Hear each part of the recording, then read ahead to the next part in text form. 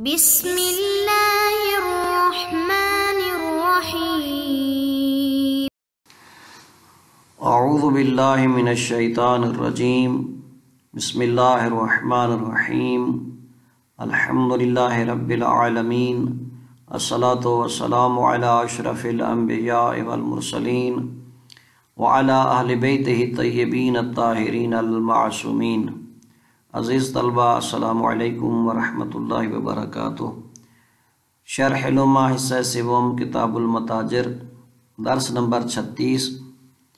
اس درس میں ہم مسائل میں سے 7واں مسئلہ پڑھیں گے کہ جس میں ہے کہ آیا کسی بھی جنس سے اس کی کوئی جز بطور مشاع خریدی جا سکتی ہے یا نہیں، یعنی آیا اس کی بیع ہو سکتی ہے یا نہیں ہو سکتی۔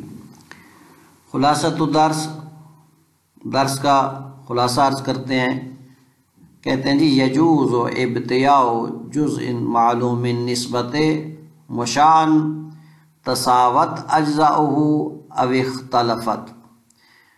فرماتے ہیں کسی بھی چیز کی البتہ ایک جزء مشاع، البتہ ایسی جز کہ جس کی نسبت معلوم ہو، اس کی بیع جائز ہے۔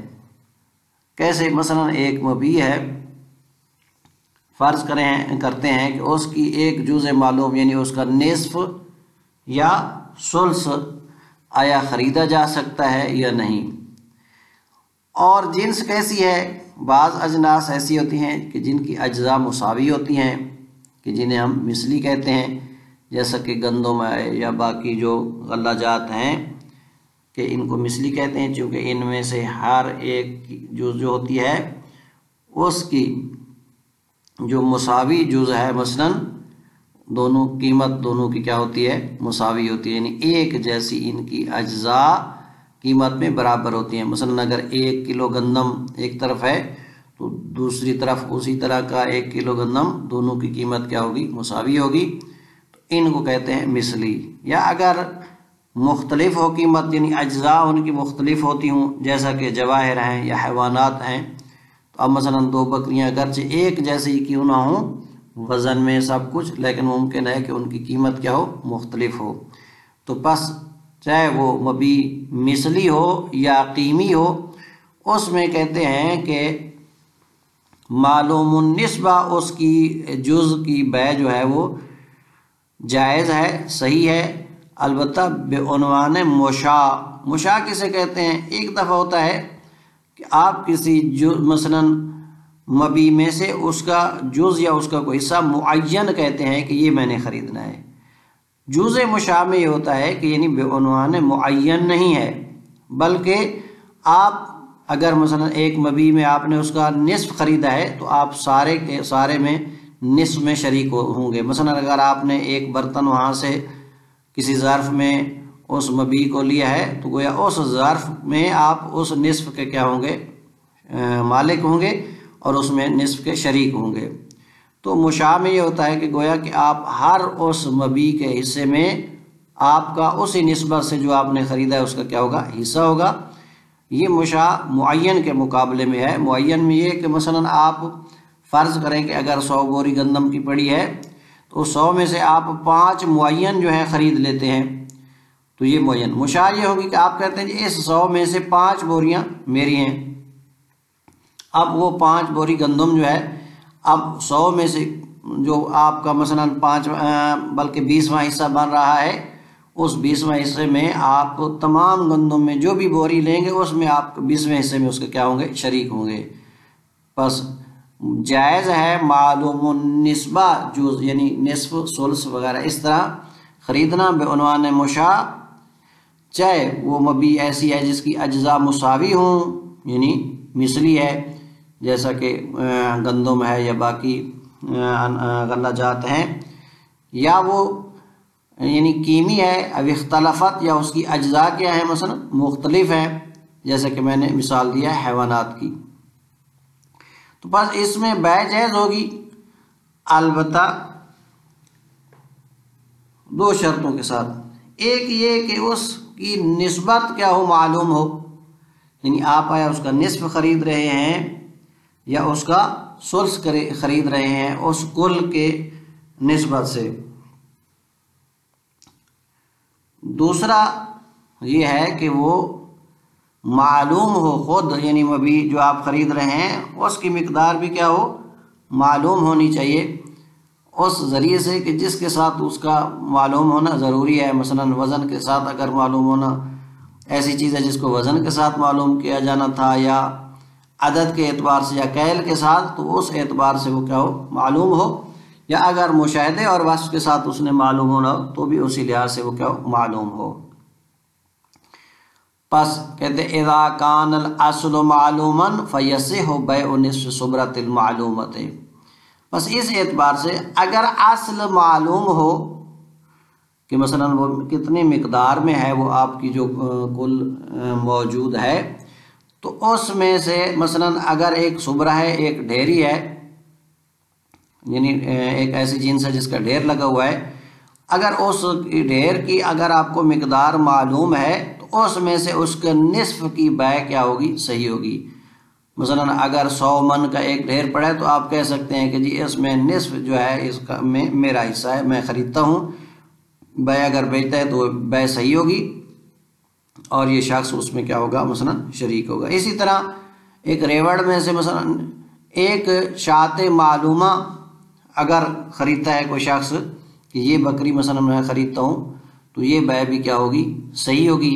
یا ایک شاۃ معلومہ کا اگر وہ نصف خریدتا ہے تو بھی بیع کیا ہوگی، صحیح ہوگی، کہ بعنوان مشاع، یعنی وہ اس میں کیا ہو جائے گا، شریک ہو جائے گا۔ پس اذا کان الاصل معلوما، پس اگر اصل معلوم ہو، فیصح بیع نصف صبرۃ المعلومۃ، پس اگر صبرہ معلومہ ہے، اس کی مقدار معلوم ہے، تو اس میں سے نصف جو ہے آپ خرید سکتے ہیں، اور اسی طرح ایک بکری جو معلوم ہے اس میں بھی اس کا نصف جو ہے حصہ خریدا جا سکتا ہے بعنوان مشاع۔ لیکن ولو باع شاۃ غیر معلومۃ من قطیع باطل، کہتے ہیں اگر کوئی شخص بیچتا ہے ایک بکری کو، البتہ وہ بکری معین نہیں کرتا ہے، غیر معلومہ کو ایک ریوڑ میں سے، تو یہ بیع کیا ہوگی، باطل ہوگی، کیونکہ اس میں جہالت ہے، مبی جو ہے وہ معین نہیں، اگرچہ ان میں تمام جو ہیں ایک جیسی ہوں اور ان کی قیمت بھی ایک ہی کیوں نہ ہو، پھر بھی یہ بیع صحیح نہیں ہوگی۔ اسی طرح کہتے ہیں لو باع کفیزا من صبرۃ صح، اگر ایک شخص ایک کفیز خریدتا ہے ایک صبرہ سے، یعنی ایک ڈھیر ہے مثلا مبی کا، اس میں سے ایک کفیز اگر خریدتا ہے تو کہتے ہیں یہ بیع بھی صحیح ہے، کیونکہ اس کی جو مبی ہوگی وہ اس کی مقدار کیا ہوگی، معلوم ہوگی۔ السابعۃ یجوز ابتیاء جزء معلوم النسبۃ کالنصف والثلث مشاعا تساوت اجزاؤہ کالحبوب والادھان او اختلفت۔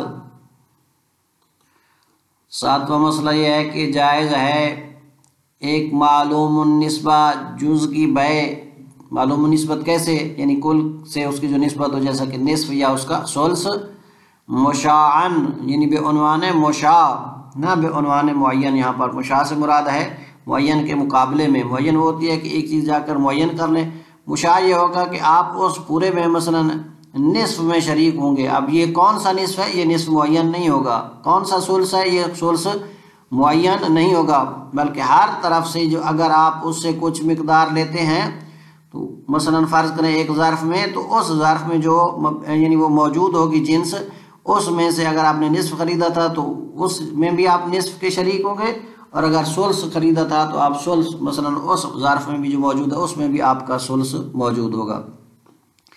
تساوت اجزاؤہ کالحبوب والادھان، اب وہ ایسی چیز ہے، وہ بھی ایسی جنس ہے کہ جس کی تمام اجزاء کیا ہیں، مساوی ہیں، یعنی گویا کہ وہ مثلی ہے، جیسا کہ حبوب یہ غلہ جات ہو گئے، والادھان یا روغن یعنی تیل وغیرہ، تو ان میں کیا ہوگا، اجزاء چاہے مساوی ہوں تو بھی یہ بیع صحیح ہوگی۔ اب اختلافت، یا اگر اس کی اجزاء کیا ہیں، مختلف ہیں، یعنی گویا کہ یہاں پر قیمی مراد لینا چاہتے ہیں، کل جواہر والحیوان ہے، جیسا کہ جواہرات اور حیوانات وغیرہ۔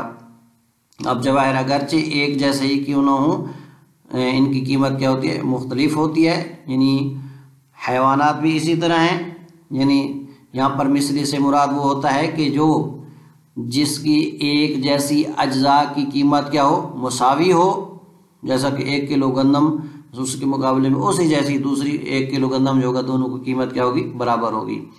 اب اختلافات یعنی قیمی سے مراد کیا ہے؟ ایسی ایک جیسی چیزیں کہ جن کی قیمت کیا ہو؟ مختلف ہو۔ اب جواہر میں مثلا ایک جوہر جو ہے اس کی قیمت اور ہوگی، دوسرے کی اور ہوگی۔ حیوان اگرچہ دونوں ایک جیسے ہوں پھر بھی قیمت کم و بیش ہو سکتی ہے، زیادہ یا کم ہو سکتی ہے۔ پس کہتے ہیں ایسی بیع کیا ہوگی؟ جائز ہوگی۔ کب؟ اذا کان الاصل الذی بیع جزءہ معلوما، پس ایک تو وہ جز جو خرید رہے ہیں وہ بھی معلوم نسبہ ہونی چاہیے، دوسرا وہ جس کو آپ خرید رہے ہیں وہ اصل بھی کہ جس کی جز بیچی جا رہی ہے وہ اصل بھی معلوم ہونی چاہیے۔ کس طریقے سے معلوم ہونی چاہیے؟ بما یعتبر فیہ من قیل او وزن او عد او مشاہدۃ، جس چیز کے ساتھ اس کا معلوم کرنا معتبر تھا۔ مثلا اس میں اگر ایسی چیز ہے جس کو پیمائش کے ساتھ مثلا معین کیا جاتا ہے، معلوم کیا جاتا ہے، تو اس کو پیمائش کے ساتھ وہ معلوم ہونی چاہیے۔ اگر وزن کے ساتھ معتبر ہے تو اس کا وزن معلوم ہونا چاہیے، اور اگر عدد اس کا معتبر تھا تو اس کے عدد معلوم ہونا چاہیے۔ اور اگر یہ چیزیں لازم نہیں ہے، فقط مشاہدہ اس میں کافی تھا، جیسا کہ گھر وغیرہ ہوتا ہے یا حیوانات ہیں، تو ان میں مشاہدہ کے ساتھ وہ چیز کیا ہونی چاہیے؟ معلوم ہونی چاہیے۔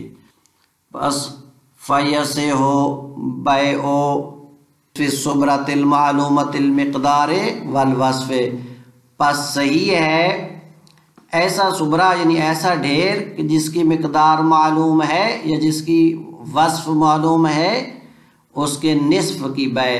مثلا آپ کہہ سکتے ہیں کہ یہ جو ڈھیر مثلا موجود ہے، جس کی مقدار آپ کو پتہ ہے یا جس کی صفات اگر اس میں معتبر تھیں تو صفات کا پتہ ہے، تو اس کا نصف آپ مثلا کیا ہے؟ بعنوان مشاع اس کی بیع کیا ہوگی؟ صحیح ہوگی۔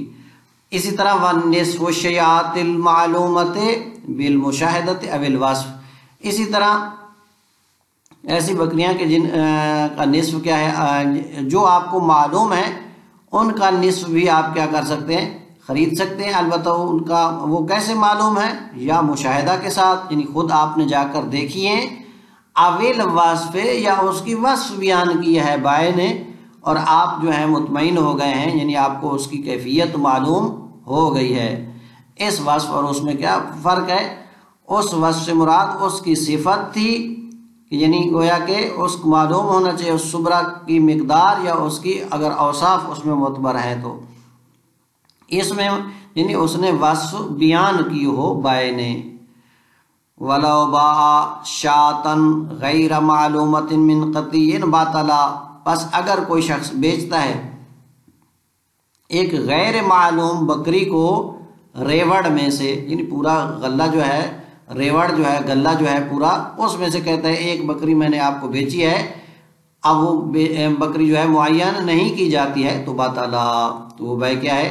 باطل ہے۔ وَإِنْ عُلِمَ عَدَدُ مَا اشْتَمَلَ عَلَيْهِ مِنَ الشَّيَاءِ، اگرچہ معلوم ہے وہ عدد کہ جس کے اوپر وہ ریوڑ بکریوں میں سے اس پر کیا ہے؟ مشتمل ہے۔ وَإِنْ عُلِمَ، اگرچہ جانا گیا ہو، عدد مَا اشْتَمَلَ عَلَيْهِ، وہ عدد کہ جس پر مشتمل ہے وہ ریوڑ، من الشیاء، بکریوں میں سے، اگرچہ کل کی مقدار معلوم ہو پھر بھی ایک بکری غیر معین، اس کی بیع صحیح نہیں ہے۔ اگرچہ یہ معلوم ہو وَتَسَاوَتْ أَثْمَانُهَا، اور ادھر سے تمام کی اگرچہ قیمت برابر ہی کیوں نہ ہو، کیوں بیع باطل ہے؟ لِجَہَالَةِ عَيْنِ الْمَبِيعِ، چونکہ عین مبیع جو ہے وہ مجہول ہے اور مبیع کا معلوم ہونا ضروری ہے، پر جب مجہول ہے تو بیع کیا ہوگی؟ باطل ہوگی۔ وَلَوْ بَاعَ كَفِيظًا مِّن صُبْرَةٍ صَحَّ وَإِنْ لَمْ يَعْلَمْ كَمِيَّةَ صُبْرَةٍ لِأَنَّ الْمَبِيعَ مَضْبُوطُ الْمِقْدَارِ وَظَاهِرُهُ الصِّحَّةُ وَإِنْ لَمْ يُعْلَمْ اشْتِمَالُ الصُّبْرَةِ عَلَى الْقَدْرِ الْمَبِيعِ، پس کہتے ہیں لَوْ بَاعَ كَفِيظًا مِّن صُبْرَةٍ، اگر کوئی شخص خریدتا ہے ایک کفیز ایک صبرہ سے تو یہ بے کیا ہے؟ صحیح ہے۔ اگر کوئی شخص ایک کفیز ایک پیمانہ ہے جو عرب میں استعمال ہوتا تھا، اس میں مختلف اقوال ہیں، بعض کہتے ہیں یہ 15 ریتل کے برابر ہے، بعض کہتے ہیں یہ 8 مکوک کے برابر ہے، بعض کہتے ہیں یہ 90 ریتل بغدادی کے برابر ہے ایک کفیز، کہ جو تقریباً 27 کلو اور 817 گرام بنتا ہے۔ پس اگر کوئی شخص ایک کفیز خریدتا ہے ایک مثلا جنس کے ڈھیر سے، جو ڈھیری موجود ہے اس سے ایک کفیز خریدتا ہے تو صحا، کہتے ہیں یہ بے صحیح ہے۔ وَإِن لَمْ يَعْلَمْ کمیت صبرت، اگرچہ وہ شخص اس ڈھیر کی کمیت کو نہیں بھی جانتا، کیونکہ اس کی جو مبیع ہے وہ معین ہے، وہ ایک کفیز ہے۔ لِأَنَّ الْمَبِيعَ مَضْبُوطُ الْمِقْدَارِ، کیونکہ جو مبیع ہے اس کی مقدار کیا ہے؟ معین ہے۔ وَظَاهِرُهُ الصِّحَةُ، اور ظاہر یہ ہے کہ جب مبیع کی مقدار معین ہو تو یہ بے کیا ہونی چاہیے؟ صحیح ہونی چاہیے۔ وَإِن لَمْ يَعْلَمْ اشتمال صبرت علی القدر المبیع، اگرچہ وہ یہ نہیں جانتا ہے کہ آیا یہ جو صبرہ ہے وہ اس کا مبیع کی مقدار پر مشتمل ہے یا نہیں، یعنی آیا اس کو جب یہ بھی پتہ نہ ہو کہ یہ صبرہ ایک کفیز بھی ہوگا یا نہیں ہوگا، پھر بھی کہتے ہیں مبیع چونکہ معین ہے اس کی بے صحیح ہوگی۔ پس وَلَوْ بَاعَ كَفِيظًا مِّن صُبْرَةٍ صَحَّ، اگر کوئی شخص خریدتا ہے ایک کفیز ایک ڈھیر سے تو یہ صحیح ہے۔ وَإِن لَمْ يَعْلَمْ کمیت صبرت، اگرچہ نہ جانتا ہو اس صبرہ کی مقدار کو، لِأَنَّ الْمَبِيعَ مضبوط المقدار، کیونکہ مبیع جو ہے اس کی مقدار معین ہے۔ وَظَاهِرُهُ الصِّحَةُ، اور ظاہر یہ ہے کہ ایسی بے صحیح ہے۔ وَإِن لَمْ يَعْلَمْ اشتمال صبرت علی القدر المبیع، اگرچہ وہ نہ جانتا ہو صبرہ کے مشتمل ہونے کو مبیع کی مقدار پر۔ فَإِن نَقَصَتْ، اگر پورا ہوا مبیع ہو گیا یعنی کفیز ہو گیا تو فابیا۔ فَإِن نَقَصَتْ، لیکن اگر وہ ایک کفیز سے بھی کم ہو گیا، تخیر المشتری بین الاخذ للموجود منها بالحصۃ اے بحصۃ من الثمن، اگر وہ کام ہوا تو مشتری کو اختیار ہے، چاہے تو وہ موجود یعنی آدھا لے لے اور باقی جو کم ہے اس کے حصے سے ثمن کیا کر لے؟ واپس کر لے، اور اگر چاہے تو معاملے کو فسخ کر دے، کیونکہ یہاں پر تبعوض صفقہ جو ہے لازم آتا ہے کہ اس کا معاملہ باز ہو رہا ہے۔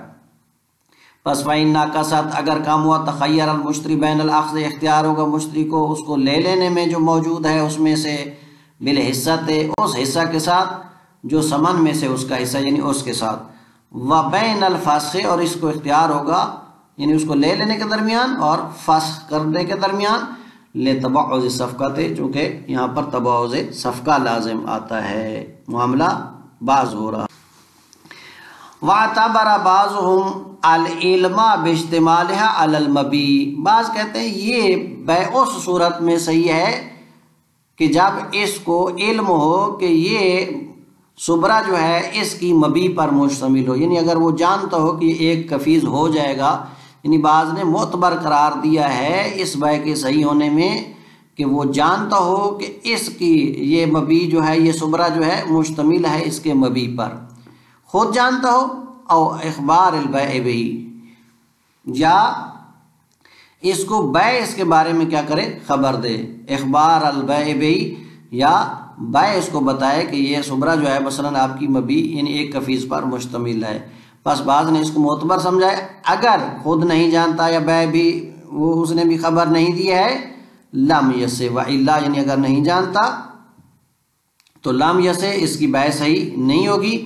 شہید ثانی فرماتے ہیں وَهُوَ حَسَنٌ، اور یہ بات بھی حسن ہے، لیکن فرماتے ہیں نعم لو قیل بالاکتفاء بالظن الغالب باجتمالها علیہ کان متجہا، اگر یہ کہا جاتا کہ ظن غالب بھی اگر حاصل ہو جائے کہ یہ آپ کا صبرہ آپ کی مبیع پر مشتمل ہے، باجتمالها یعنی استعمال صبرت علیہ علی المبیع، کان متجہا، تو یہ بھی اچھی بات تھی، یعنی نیکو تھا یہ قول اگر اختیار کر لیا جاتا کہ یعنی علم ضروری نہیں ہے یا بے کی خبر دینا بھی ضروری نہیں ہے، بلکہ اگر اس کو ظن غالب بھی حاصل ہو جائے کہ یہ صبرہ جو ہے مشتمل ہے اس کی مبیع پر، تو یہ قول بھی متجہ تھا، یعنی گویا کہ اس میں بھی بیع کیا ہوگی، اس کی صحیح ہوگی۔ نام لو قیل بالاکتفاء بالظن، اگر کہا جائے کہ کفایت کرتا ہے اس میں ظن غالب، کس کے بارے میں ظن غالب؟ کہ بیشتمالہا، کہ یہ صبرہ جو ہے مشتمل ہے علیہ یعنی علی المبی کان متجہن، تو یہ قول بھی نیکو ہے، متجہ ہے، اچھا ہے۔ وَيَتَفَرَّعُ عَلَيْهِ مَا ذَكَرَهُ أَيْضًا، اور اس پر بھی وہی متفرع ہوتا ہے جو کچھ مصنف نے ذکر کیا ہے، یعنی اگر تو چونکہ ظن غالب تھا، اگر تو پورا ہو گیا تو ٹھیک ہے، لیکن اگر کم ہو گیا یعنی مبی سے تو وہ اس پر بھی متفرع ہوگا، یعنی مشتری کو یہاں پر کیا ہوگا، خیار حاصل ہوگا، چاہے تو جو موجود ہے وہ لے لے اس ثمن کے مقدار کے حصے سے جو اس نے دیا ہے، اور چاہے تو سارے معاملے کو فسخ کر دے۔ وصلی اللہ علی محمد و آلہ الاطہار۔